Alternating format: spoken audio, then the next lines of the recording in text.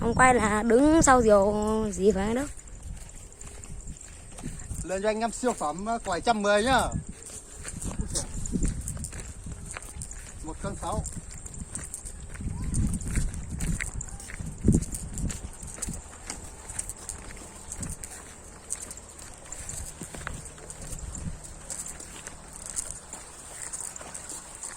Làm gì đó? Quay đi.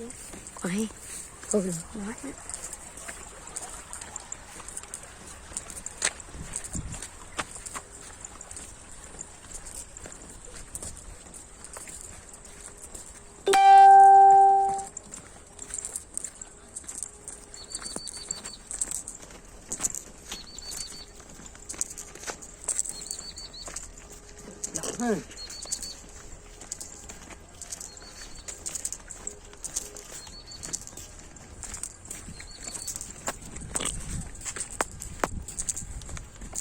Đại trà 4,2 m nhá.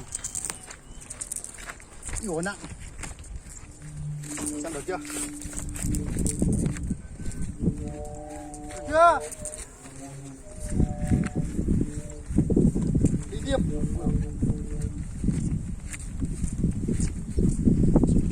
Vác vào này quá mệt.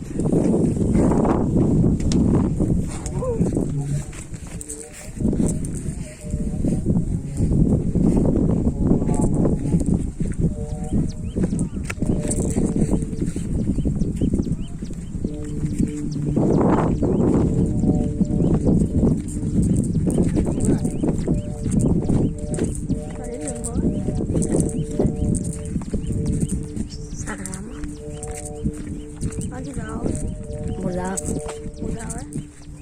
1 giờ bao nhiêu? Biết. Được chưa? Xa thôi. Gần đến đồng luôn.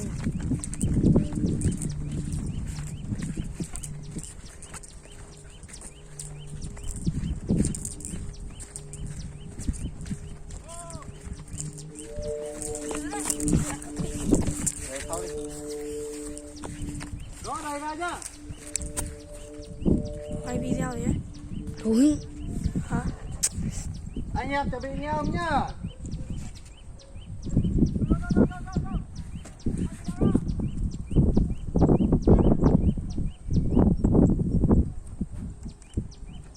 Được chưa?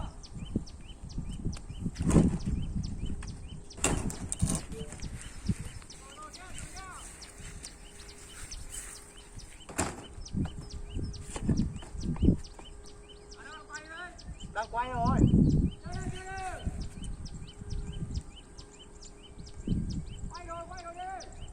Anh em chuẩn bị thẩm âm nhá.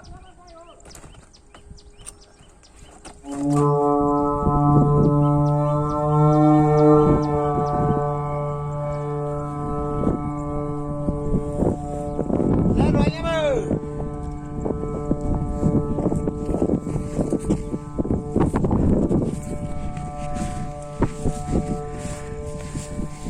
Chuẩn quải tàu Tây luôn.